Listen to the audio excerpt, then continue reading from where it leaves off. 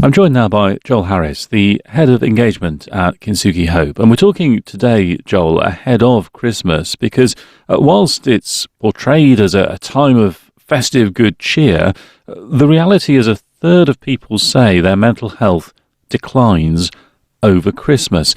And I understand at Kintsugi Hope, you're trying to do something about this. Can you tell us more about your Christmas project?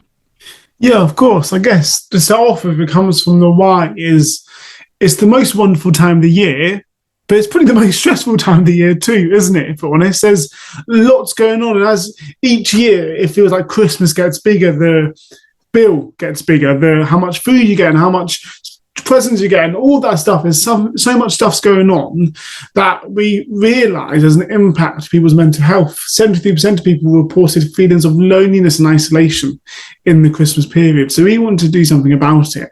So we got thinking of what can we do, and we decided to create a resource. It's a PDF about 15 pages long.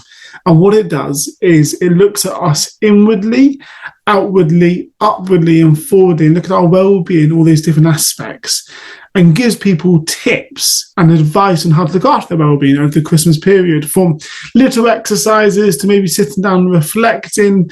But the whole idea is this, is in the most stressful period of the year, here is something that actually can positively help your well-being and impact you in that time. Because for many of us, we probably have the messaging, don't we, that Christmas is a time when you're with your family, you've got your loved ones around, everyone is cozy and warm in their home atmosphere, or out at church worshipping God because of the greatest gift of all. But we're all with people, getting on, having fun, enjoying ourselves. And again, that can be very far from the truth for many people. Yeah, definitely. Like I started saying, is people feeling isolated and lonely. I think Christmas is a amplifier, isn't it? It's an amplifier of what's going on in your life. So actually, if you come into Christmas and it's been a year where you've lost loved ones and you've lost friends, or things haven't gone the way you planned, it's an amplifier to that. And likewise, it's an amplifier if, oh, this has been the best year of my life, this has been amazing, I'm going to celebrate, and all my family and friends are around. But it amplifies the situation. So when you head into Christmas feeling lonely, and we are seeing stats again and again and again that there are more people lonely today than there's been for ages. Actually, we see that amplified over Christmas. So people are sitting there watching Christmas movies, or families around the dinner table and them sitting by themselves. And that's what we're trying to help. And you mentioned the three ways we need to look in order to help ourselves through this and help others through it as well. I wonder if you can explain just what that means practically, to look outward, upward and inward, as it were. Sure. So inwardly is to look at ourselves, is how do we peacefully have peace with ourselves? And then upwardly is how do we have peace in our relationship with God? What does that look like? And actually, for that, we teach people a breath prayer of inhale, Prince of Peace, and exhale, be near to me. And it's this way of connecting upwardly. So there's inwardly, there's upwardly, and then there's connecting outwardly. Actually, how do we connect with our friends and our loved ones in a time what can feel quite stressful? So maybe we're a little bit shorter than we usually are, or our emotions are a bit more sharp. And that's looking at some gratitude stuff and that sort of thing. And then finally, actually, it's looking forwardly. There's a pressure around Christmas, because after Christmas, what's after Christmas? New Year's. And what does that entail? New Year's resolutions. And depending on your personality type, that might be the best thing ever. We're going to start something new, we're going to set goals, or it might fill you with dread, or I'm going to fail at something this year.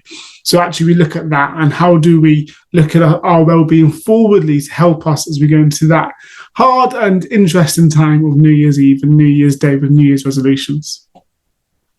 Joel, do you think it can help us to get a grasp on how God can help us by reflecting on Jesus, Mary, Joseph, the emotions they must have felt that very first Christmas, because they must have experienced loneliness, isolation, fear for the future?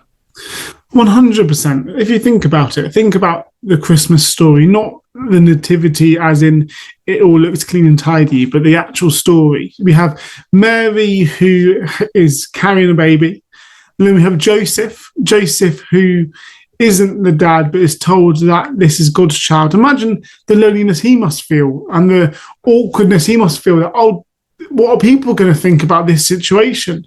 And then you go into the barn, and there's animals, and it's hay, and it's probably it's messy, it stinks, it's dirty.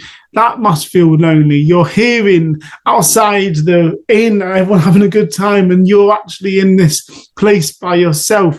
That's a stressful time. That's a hard time. That isn't a picture. That isn't a postcard picture, is it? It's actually a really real and raw thing. So I guess that's what it's helpful to reflect on that and go, the first Christmas wasn't a postcard Christmas. So maybe yours doesn't need to be either. And with this Peaceful Christmas resource that you've put together, you mentioned several pages of PDF with various different practical things we can do and reflections we can make over this period. Is it important that it's both something that we can help others with, but it's also something we can do ourselves? We can reclaim agency within that. 100%. This is for you. We want this. We want you to be able to have this and do this yourself. We all have well-being. So we all have physical health like we have mental health. And as we go into Christmas, how can we help our well-being? How can we help our mental health in that place? So I guess for me, we want to help people look after themselves and then give them advice to look after their friends. It's amazing, isn't it? When you learn something new, what helps your mental health, and then you go, oh, I can share this with my friends. And that's what we want this resource to be. It's something you learn yourself, but you can also share with our friends. So all of our church partners across the country and all of our partner organisations like Kintsugi have this resource already, and they're going to be sending it out to their communities in order for most people, everyone they are interacting with, should have the ability to get this and help their well-being. And just to highlight the fact that this is actually for Christians as well, how key is it as a starting step for us as believers to be ready to admit that we don't necessarily have it all together? I think it is the starting step, isn't it? To admit Jesus died on the cross for your sins is to admit that you were a sinner. The starting point is admitting that you were in the wrong. And actually there is a freedom in realizing it's not all on you. It's not all about you. Actually, you yourself can struggle, and actually Jesus can meet you in that place. Just finally then, Joel, if people want to get hold of this resource and look at them for themselves and, as you say, help themselves and then be able to help others, what's the best way of getting hold of it?